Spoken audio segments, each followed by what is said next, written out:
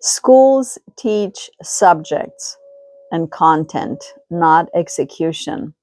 Here are 4 skills that your teen desperately needs that nobody has ever taught them. Number 1, planning and estimating. There are adults who don't estimate exactly the amount of time it takes to perform a certain task. We were not taught. And so we all have to learn the hard way. So why not give your teen this number 1 skill of planning and time estimation? For instance, when they know they have to complete something by a certain time, they need to have the skill of backing out in time. How many days do I need to read this book? How many weeks do I need to get so many hours of volunteer time done? Back out your completion and estimate the time. And here's another fix. On Sunday, look at the entire week and plan your week and chunk out the time that is needed. Estimate how long and maybe double it, just double the amount of time it takes, because we assume teens should know how to do that, but there are adults who don't know how to do that. That was skill number 1, planning and time estimation. Number 2, task breakdown. Don't just say to your teen, write an essay. Let's break it down. Make a draft, an outline. Well, what's an essay? There's a paragraph that introduces the topic, and there's a paragraph at the end that has a conclusion. And what's in between? 1, 2, 3. 3 points. All of a sudden, there's a scaffolding, and there's no freezing, right?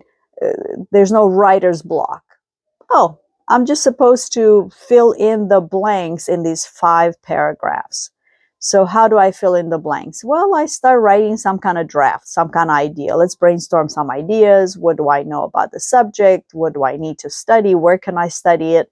Then they fill it in, then they edit, and then they finalize it. So all of a sudden, it's not write an essay, it's let's come up with a scaffolding and fill in the blanks. These are micro wins, and they reduce the resistance, because day 1, let's say they have 5 days to produce this essay, which you've already taught them to back out of and estimate the time, right? From the deadline to today.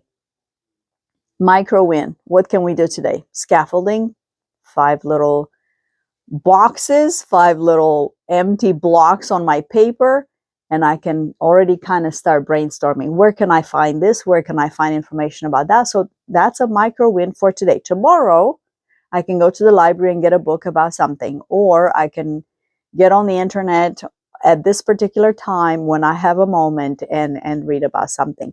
And so these micro wins will reduce the resistance. Now, skill number 3 is a study strategy. A lot of kids will just reread something or read something once. What they need to learn is active recall and self-testing. So let's talk about that. When you read something, it won't just automatically come back to you. You have to do some active recall where you're sort of testing yourself. You read one paragraph, again, breaking things down into smaller bits. Read one paragraph, try to recall. Read one paragraph, try to recall. That's called self-testing. And also at the end of the day, they could be sitting down and saying, I know this, I know this, and actually write it down. That is one way where practice testing, a way to sort of test yourself, but it's practice, right? It's not official. And skill number 4 is emotional regulation. We all need it. We all need it. Is it any wonder that teenagers do not know how to regulate their emotions? Of course, they're going through a lot of physical changes in their brain, their hormones are flying. But if they cannot regulate their emotions, they cannot get anything done. Stress blocks thinking, and avoidance increases anxiety. So they're avoiding doing something, and then that increases their anxiety even more, which is why you need to teach them some reset techniques. For instance, timers. Set a timer and say, okay, what can I do in 20 minutes that will relax me? What can I do maybe with some movement? Maybe I can go for a walk, and that will help me reset. Or how about, can I do something now with the Pomodoro technique? Right? You get a cute timer, and or just any timer on your phone, or a physical timer in the kitchen, or something online. What can I do in 20 minutes? And that will help them sort of regulate their emotions. Here's why parents miss this. We think effort is the issue. We think our teens are lazy. We think they're unmotivated. We think there's something wrong with them. There's nothing wrong with them. They don't have the skill to regulate their emotions, to break big tasks into small tasks. They don't have the skill of planning and backing out from the deadline to today. They just lack these skills. And so they are untrained and unskilled. They have a knowledge gap. They have a skill gap. They don't have an attitude problem. So if you spend time to train them in these invisible skills, you will be very pleasantly surprised by your teen.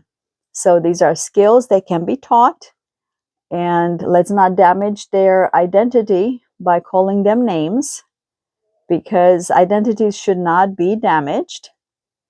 But we should spend some time teaching them skills, and then we'll get some results from our teens, and we'll be proud of them for the rest of our lives. Subscribe to Homeschool Ways for grounded strategies on how to produce capable teens.